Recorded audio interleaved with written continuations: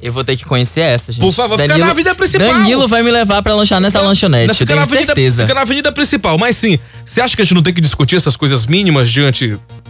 Pois é, a gente tá falando aqui de algumas coisas que são muito básicas. Eu acho que, claro que isso é uma discussão necessária, mas eu acho que isso é tipo assim, políticas públicas têm que trabalhar nisso pontualmente pra que a gente tenha perspectivas pra pensar maior que isso. Por exemplo, eu vim de escola pública, eu participo de universidade pública, sou cotista e eu não pretendo apenas... Qual é a sua cota, hein? Negro de escola pública, ex-estudante do IFMA, agora estudante de design lá da UFMA, quase terminando, graças a Deus, tá quase acabando. Amigos do design que estejam ouvindo aí, mandem um alô pro Danilo no Instagram.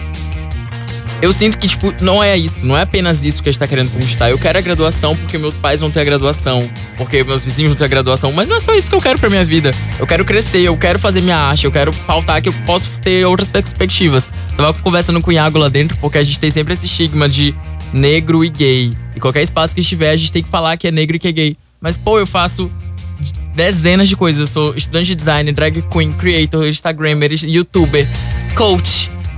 Você é coach? Terapeuta ocupacional, psicoterapeuta, co-hunter, qualquer outra profissão que inventaram o nome. O que é isso? Acabei de inventar essa. Caçador de talentos. Tem uma amiga aqui. De tendências. Olha aí o co-hunter aqui do lado. Eu não sei o que é buscando co-hunter. CNPJ. Tipo assim, eu tenho diversas perspectivas. Eu não sou apenas negro, eu não sou apenas gay, eu não sou apenas da periferia. Mas quem que tá dizendo isso de vocês? Pois é porque o público espera muito isso da gente. Mas quem que tá dizendo isso de vocês? Nossa, é o tipo de militância que é 100% cobrado pra gente em qualquer lugar. Mas é necessário isso, Iago? Porque, tipo assim, eu tô falando... Só justificando o que eu estava... A minha função aqui é provocar vocês. Eu não quer dizer necessariamente... Eu tô amando. Não quer dizer necessariamente... Não quer dizer necessariamente que eu tenho a sua opinião. Até porque eu tenho que acreditar no que é lúdico da vida, né? Aí eu só tô falando porque existe as necessidades, enfim, da existência da sociedade. Tá vendo a Venezuela pegando fogo, o nego morrendo. Aí aqui o nego tá discutindo, entendeu? Mijada na cara, essas paradas assim. Mas, Iago, qual é a nossa militância? Porque, tipo assim... A música, ela é um negócio sensacional por causa disso. Porque é uma arte cega.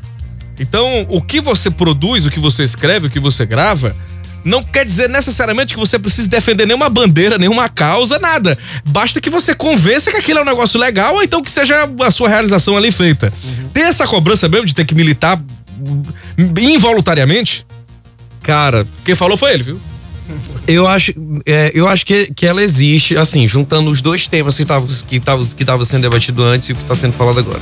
Primeiro que quando tu fala de necessidade da realidade, por exemplo, de uma pessoa lá no interior do Maranhão, que ela tem que buscar a sobrevivência dela. O que a gente estava debatendo aqui antes é coisa de uma outra realidade, porque a gente tá falando aqui de marketing, de internet, de mercado. Isso ainda é muito abstrato para aquelas pessoas lá, sabe? E só colaborando com o que o Iago tá falando, a gente fala muito assim, principalmente no marketing, né? Tudo tem que migrar pro digital agora, né? Só pra te ter uma noção, Danilo, 70 milhões de brasileiros não têm acesso hoje ao digital, né? 70 milhões. Professor, 30% da cidade de São Luís não tem privada dentro de casa. Que dirá? O povo caga na cintina. Que dirá um 4G? O povo bota no pinico. O povo caga fora de casa. Mas tem gente que não tem privada e tem Wi-Fi. Então, sobre esse tema é muito complexo. É muito complexo que tá falando de mercado de trabalho, de extrema qualificação.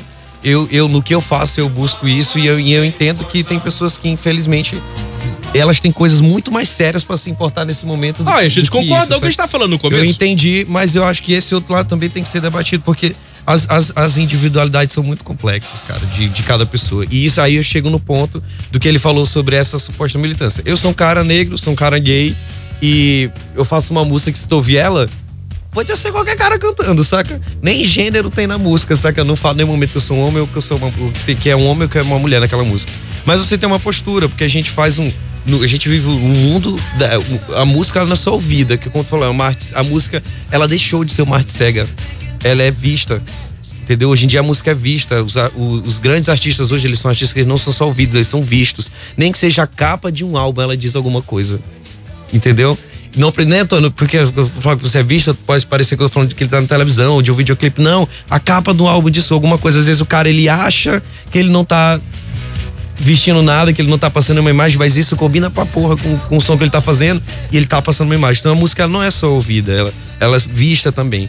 E como eu sou um artista negro e gay, e eu faço músicas românticas no clipe, eu não vou botar uma Mas você mulher acha comigo lá no clipe. Tem um Mas, cara. Iago, você acha que isso precisa ser uma bandeira? Isso necessariamente é útil pra sua arte? Eu acho útil, porque eu acho que tem uma diferença muito grande de quando tu sabe de onde vem aquela música. É tipo, a importância que aquela música tem. Eu vou dar um exemplo de alguém que não. Tipo, a Dona Nina Barbosa. A Nina Barbosa era analfabeto. O cara decorava as músicas e quem regravava, tipo, se Elis Regina regravasse, ela regravava com os erros de português. Porque aquela inocência, aquela pureza do que ele criava é muito rico. E a arte é isso. A arte puramente a arte. E aí vem essa questão, se eu mostro a minha realidade lá, se eu sou negro, sou gay, mostro a minha realidade, alguém se identifica, aquela pessoa que ela se identifica, ela começa a cobrar de ti que tu continue fortalecendo aquilo nela, sabe? E isso é massa, isso é muito bom, eu fico muito feliz de saber que tem pessoas que se identificam com coisas que eu falo, com coisas que eu vivi, porque eu acabo que na minha música eu falo coisas que eu vivi, mas essa cobrança, você é muito mais do que aquilo, sabe? Você é muito mais do que um cara que é negro, que é gay. E você tem que estar provando isso, saca? O tempo todo. Sempre. Eu sou mais do que isso. Tipo, como ele falou, passou o currículo dele, eu vou passar o meu também aqui. Eu sou formado em design, eu faço uma pós em redes digitais, estudo music brand, moro em São Paulo, estudo um monte de coisa. Mas o tempo todo, por mais... Iago, você tá aqui de temporada? Sim, eu vim pra estreia do clipe. Flamengo, olha, eu vim pra estreia do clipe, estão deixando vocês bande lascado. Que nada, filho. Rolou uma vaquinha online pra poder vir. É real. Esperamos. Ó, anota essa pauta aí, professor. Pessoal que financiamento coletivo. Mas, e eu sei como devolver. E eu sei que a galera que colaborou é porque elas se identificam com aquilo que eu tô fazendo, com aquilo Mas que... Mas você atingiu a meta? Sim. Por quanto, Cascalho? Pode falar. R$600. A gente queria metade da passagem, entendeu? A gente queria metade da passagem pra conseguir vir. Boa, legal. Se tivesse pedido pro Danilo, ele te dava inteira de uma vez. Danilo, da próxima vez. De ônibus. Não tem tempo ruim comigo. Mas existe, não é, a cobrança, às vezes, ela é uma cobrança inconsciente das pessoas. Tu tem que estar o tempo todo te provando, tipo... Ai, cara, eu sou muito mais do que isso. Porque a priori elas vão te olhar assim e tu tem que estar com esse discurso sempre reintegrando e tal. Mas é legal, saca? Tipo, porra, aqui hoje tem dois caras que são negros, que são gays, uma rádio falando, talvez tenha alguém aí ouvindo. Mas isso verdadeiramente importa? Cara, importa. Puta, é muito, eu vou te falar... Porque vocês não foram convidados por causa disso. Vocês foram convidados porque certeza. Vocês são E aí é que tá o ponto massa, saca? A gente tá aqui... Não é porque a gente tá necessariamente... A gente não veio aqui falar sobre esse tema. E isso é o massa. É tu ver pessoas ocupando esses lugares porque elas são boas, saca? E a gente ainda não vive esse momento onde tu tem um monte de pessoas de minorias diversas ocupando esses lugares, saca? Tipo assim... E eu vou te falar por como a representatividade importa. Quando eu era criança, eu amava o Will Smith. E hoje, adulto, eu paro pra pensar que quando eu era criança, o único preto que eu olhava que era realmente relevante na televisão era o Will Smith, o maluco no pedaço. Ele era o único que ele é o principal da série, que ele era o divertido, que ele era o legal. Quando eu era criança, hoje tem outros, mas quando eu era criança. E eu cresci amando, mas quando surgiu Todo Mundo Deu Crise, eu já era quase adulto, eu tinha 17, 18 anos. E quando eu tinha 5, 6, era o Smith que tava lá. E eu nem sabia por que eu gostava tanto daquele cara, porque que ele me inspirava tanto.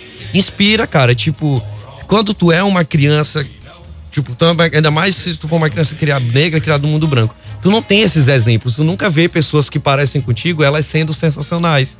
Então, inconsciente, tu cria uma coisa inconsciente, isso é importante, saca?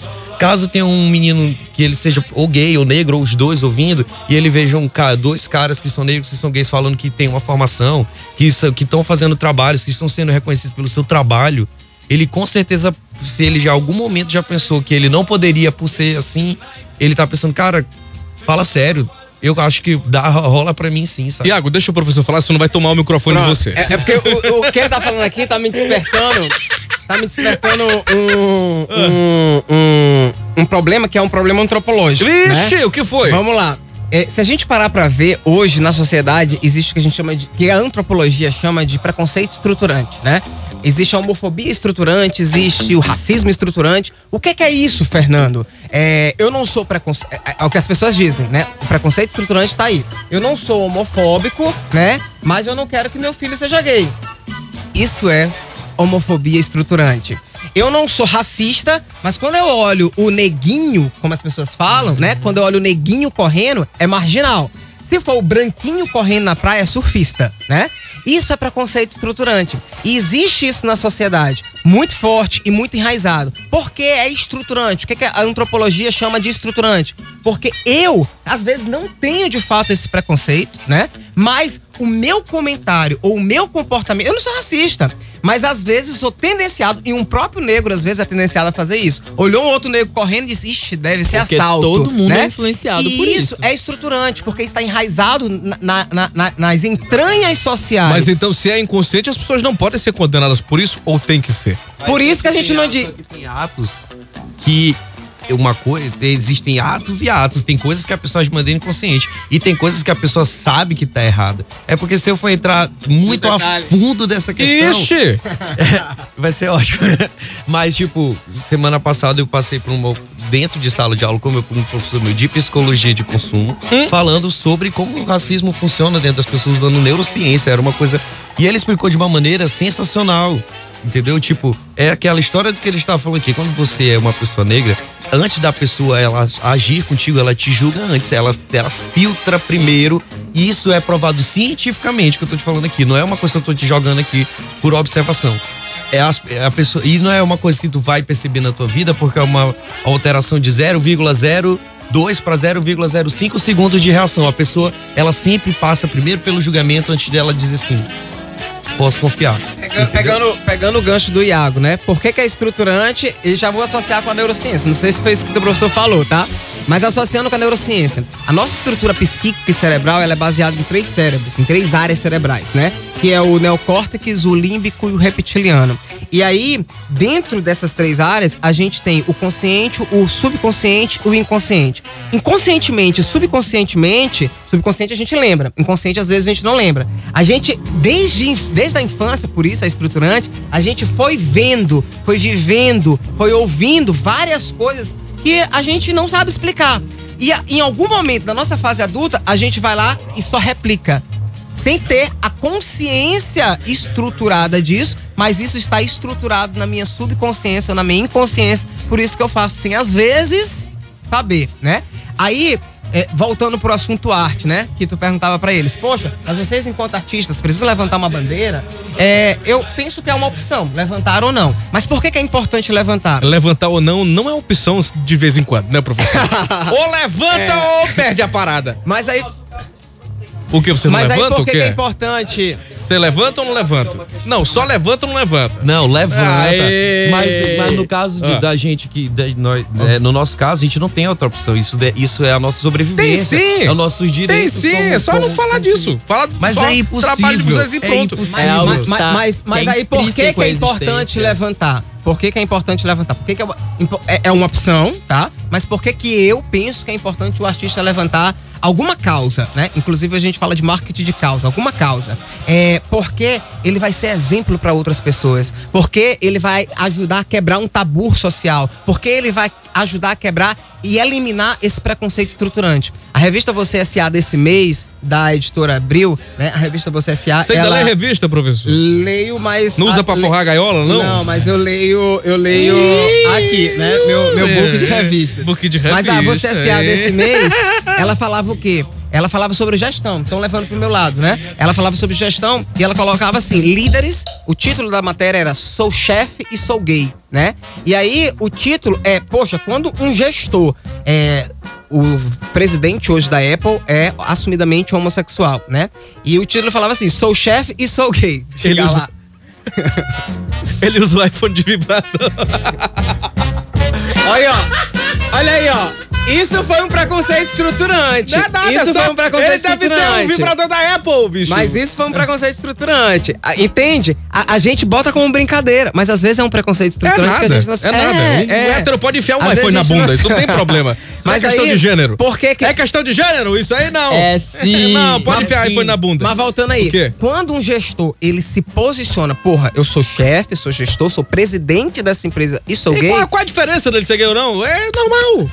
Normal pra quem não vive. Quando a gente fala, Danilo, assim, não é normal, quando você, não é normal. Eu vou pegar assim o lema das pessoas com cegueira. Elas falam assim: nada pra mim sem mim, né? Nada com eles sem eles.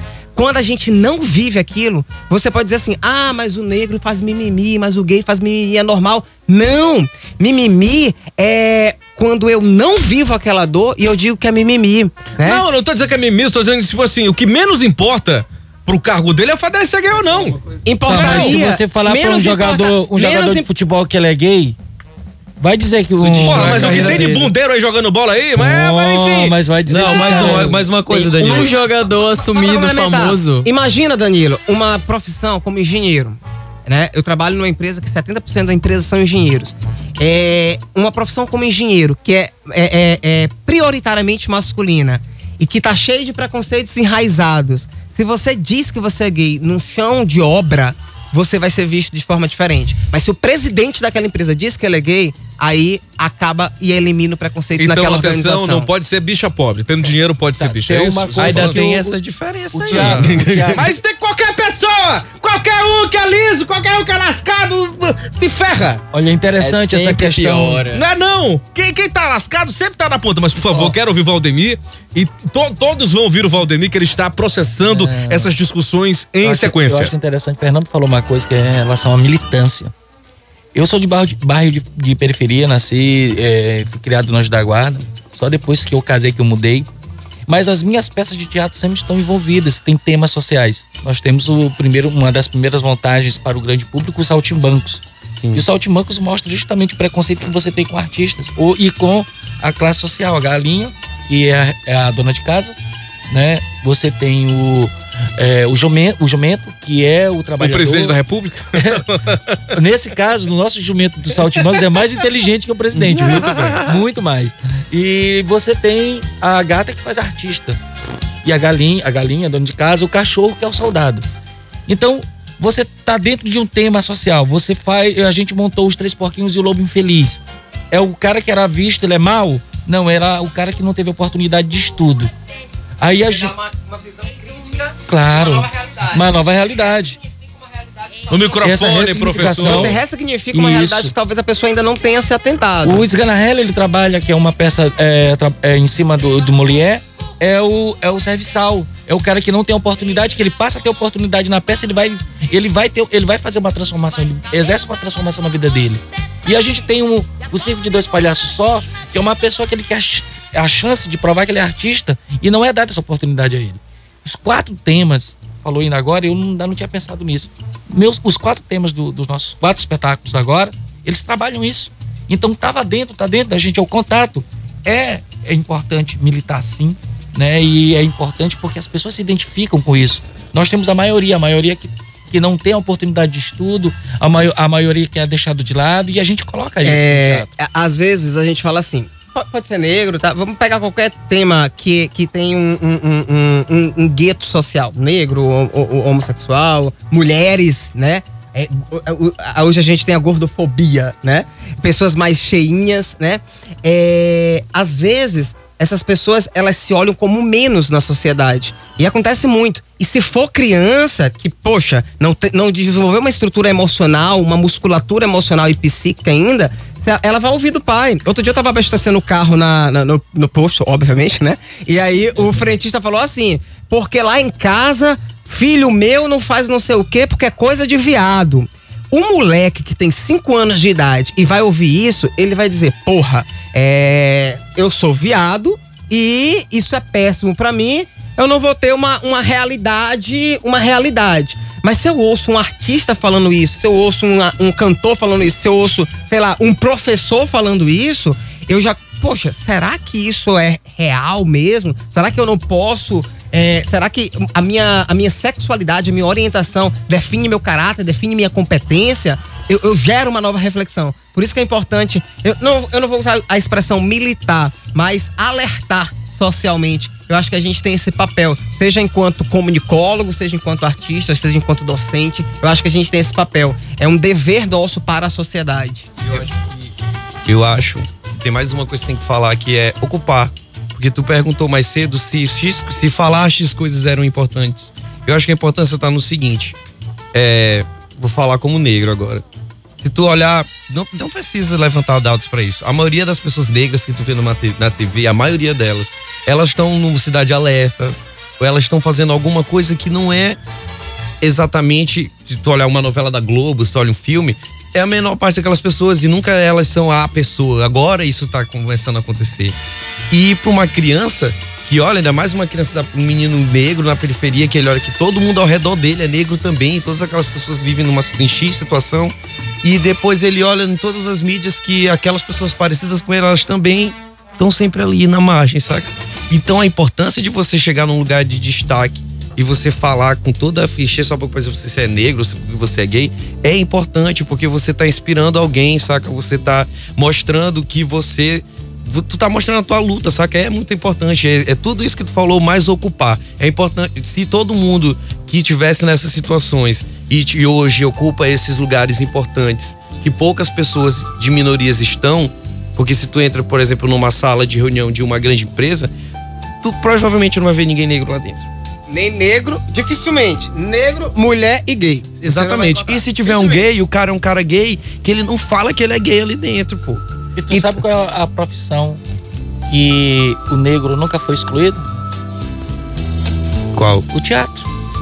Sim, o teatro sempre teve e nunca foi desassociado. Pelo contrário, por isso ele sofre preconceito. Porque diz assim, teatro é maconheiro, é gay, então... E puta. Sim. Então... Mas... Tem coisa melhor? Pois é. Por isso que o teatro é legal. É por isso que a gente gosta do teatro. Eu acho que essas últimas falas aqui, elas resumem muito o começo da nossa conversa. Mas é mentira, teatro não tem jamba, né, Valdemir? Isso tudo é invenção, teatro não rola jamba, não rola nada disso, né? Não é isso? Aqui não é Uruguai. É aquilo que a gente tava conversando no começo do programa sobre a função da arte, né? A gente tava falando se é necessário a gente discutir política básica, se é necessário discutir sobre isso de alimentação, de saneamento básico, mas pra quem tá nesse mundo, pra quem tá vivendo isso, que não tem a oportunidade de fazer nada, a arte é a saída pra encontrar um caminho. Pra quem ali não tem nenhuma perspectiva e vê alguém que é igual a você, ocupando um cargo de destaque numa Apple da vida, ocupando um protagonismo um cantor aqui dentro de um programa de rádio, conseguindo falar com um menino negro do interior que nunca ia imaginar que ele ia poder ter acesso a esse espaço. Não é apenas a questionabilitância, a necessidade dele levantar a bandeira, ou se isso é obrigatório ou não. É aquilo dele conseguir identificar e dar uma perspectiva muito maior do que apenas alguém viver com o básico. Pegando essa fala do... Eu pego arte e esporte, né? Pegando essa fala do Aide, eu outro dia tava acompanhando crianças do Coral Canto Curumim, que são daqui de São Luís, né? E a nossa empresa patrocina o Coral Canto Curumim e o Judô do Jaracati. E aí, por isso que eu digo, arte e esporte, né? E aí, aquelas crianças, na sua maioria, os pais são mula de tráfico, as mães são prostitutas, alguns não conhecem seus pais ou as suas mães, são da classe D, então estão ali no estado praticamente de miséria. E a gente foi acompanhar essas crianças para gravar um jingle no estúdio do Ale Muniz, né? E aí uma das crianças virou assim, poxa, eu tô gravando com o tio Ale, eu nunca imaginei isso, porque na minha família não existe. Olha, porra, né? olha, moleque. E aí, naquele momento, talvez a gente não se perceba, mas naquele momento, a gente tá ressignificando o futuro daquelas crianças. Elas encontram no esporte, elas encontram na arte, elas encontram na música uma nova perspectiva de vida. Eu não preciso ser maconheiro, eu não preciso ser mula de tráfico, eu não preciso ser puta, prostituta, né? Porque eu tenho na arte ou no esporte uma perspectiva de vida. E aí eu preciso ficar atento a isso, né? Aí entra uma outra coisa, que é o papel das empresas, né? Poxa, hoje existe lei de incentivo à cultura, lei de incentivo ao esporte. As empresas podem fazer a dedução nos seus impostos. E elas deixam de investir em arte, em esporte, em desenvolvimento social, porque elas acham que, e eu falo muito isso, e eu bato muito isso na tecla, não é caridade. Eu não estou apoiando apenas, eu estou estimulando o desenvolvimento de cultura, de esporte e do desenvolvimento social da sociedade. A gente patrocina o projeto Pão com Ovo, né? E aí uma fala do César que foi sensacional, foi, poxa, é bom, é excelente ver o dinheiro de vocês voltando pra vocês por meio da arte. E é justamente isso que a gente faz. E a gente precisa ficar... A gente que Professor, tá como gestores de empresas... Qual é o problema da jamba? Deixa o povo fumar jamba. Fica falando que o jamba fosse um negócio assim. Deixa o povo fumar jamba, professor. No Jaracati lá, galera. Olha, tem uma coisa que o Fernando tá falando muito o que, interessante. Não, ele não falou. Quem falou foi tu. Ele que falou. Não, o povo fumando maconha. Danilo, tu tá pensando muito em jamba, Danilo. Não, eu não fumo, eu só como. Sim. Então, o projeto social, inclusive tu falou, Danilo, no começo sobre o trabalho de circo, a técnica. Em São Luís tem um grupo, o Circo Tá na Rua, que eles começaram as segunda-feiras lá no Reviver, mostrando trabalho com malabares, com monociclo, com fogo. E esse Só projeto, gatinha aqui, hein? Negocinho legal lá. Esse projeto deu muito certo. Muito tá legal. na lei de incentivo e trabalha muito jovem que estava em uma situação de risco. E hoje esse mesmo artista, ele se vê com um talento, com a técnica. Porque Fernando Limoeiro, um escritor de Belo Horizonte, eu tive contato com ele e ele disse assim, você tem vários artistas em potencial em qualquer lugar. Só que a diferença dele para aquele que faz sucesso talvez seja o cara que não passou pelo estudo, que não passou pela técnica, ele pode até fazer sucesso, mas ele é um em 1 milhão. O correto é você colocar a pessoa para técnica, para o estudo. Isso daí, desde 2000, eu levo isso para mim. E é por isso que a gente trabalha o jovem, é por isso que hoje eu, na direção também do Centro de Arte Cênica no Maranhão, a gente tem um cuidado muito grande, um olhar muito cuidadoso para esse jovem que não tem condições, que ele quer ser artista. Você colocar para ele todas as situações que ele não vai simplesmente pegar um papel de teatro, ler, decorar o papel e amanhã ele vai ser ator. Ele vai passar por 2, 3 anos em um curso, assim como o engenheiro que vai passar por 2 anos vai ter a técnica dele, porque que ele aprende a técnica de engenheiro. Assim a mesma coisa no artista. Então a gente prepara jovens para não banalizar uma profissão.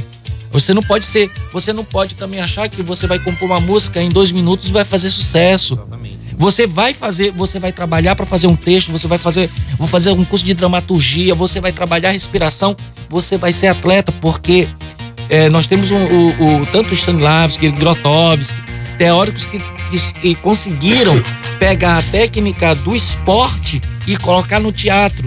Então são habilidades essenciais para o ator. Ter um trabalho físico, ter um trabalho corporal, um trabalho de esporte. E a gente coloca isso para novos alunos, jovens alunos e até para alunos de 50, 60 anos que estão lá fazendo com a gente no Cacém, que estão querendo fazer teatro agora. Então a gente não fecha as portas. E não pode fechar. E o teatro ele não tem cor. A alma que é importante. Então a gente percebe isso, tenta colocar isso. Não tem cor, não tem credo. A gente está recebendo, o teatro sempre recebeu e sempre vai receber. Ele só quer sair um pouquinho desse estigma de dizer que é coisa de vagabundo, porque não é e nunca foi. Mas é muito bom vagabundagem Valdemir, é bom não ter estigma, fazer nego pelado mesmo, com loucura mesmo. Lógico que o teatro é muito mais do que isso, né? Afinal, a forma de comunicação social é a teatral do início da vida, né? Mas também se tiver putaria e sacanagem, melhor ainda. Tudo que tiver isso, pra mim ter minha aprovação. Pode é legal, entendeu? Pode é legal. Então é o seguinte, vamos dar uma suavizada. Estamos aqui com o Valdemir Nascimento, lá da Cambalhotas, o Fernando Coelho, escritor, professor e próximo reitor da UNDB, a Raide, a Dalila também, enfim. E o Iago Sebais vai lançar uma música agora, neste momento. Eu queria que você defendesse, porque vamos analisar a sua canção, professor Fernando, você vai analisar também, todo mundo vai analisar pra saber se é legal, se vai dar certo, se amanhã o pessoal vai gostar lá no Cine Praia Grande, onde vai ter esse lançamento. 0800, a galera 0800, paga. Como é que é? Chegue cedo às 19 horas. Garanta seu ingressinho e vamos ver a premiere do clipe. Ficou incrível, um trabalho muito legal, 100% feito por pessoas daqui de São Luís. Eu mesmo fiquei chocado quando eu assisti. É o terceiro clipe que eu tô lançando e eu fiquei impressionado quando eu assisti. Ficou assim, cinematográfico, ficou muito bom. Não é à toa que eu tô falando, vocês têm que ir. Até porque a pessoa não vai ver agora, né? Sim. Você pode falar que foi a Brother que produziu, mas não tem como. Mas é um trabalho incrível e a gente tá esperando amanhã todo mundo no Cine Praia Grande pra conferir esse trabalho. E o nome da música é Você Bagunçou Comigo. Sim. Ela é uma música que eu fiz em parceria com o DJ Aladim. E ele produziu a música e era uma composição minha. Ela é o terceiro single desse projeto, o Projeto Me Amargo, que é um EP que eu vou lançar agora no final do mês, que é um projeto 100% autoral. É bem pop, mas também é bem introspectivo. Ela vai sacar a música, vai entender a história. Como é que é a história aí? É o quê? É muito pop, mas também é muito introspectivo. Vamos lá ouvir então? Hein? Bora, roxa aí. Com vocês, você bagunçou comigo. 11h21 aqui na Difusora FM.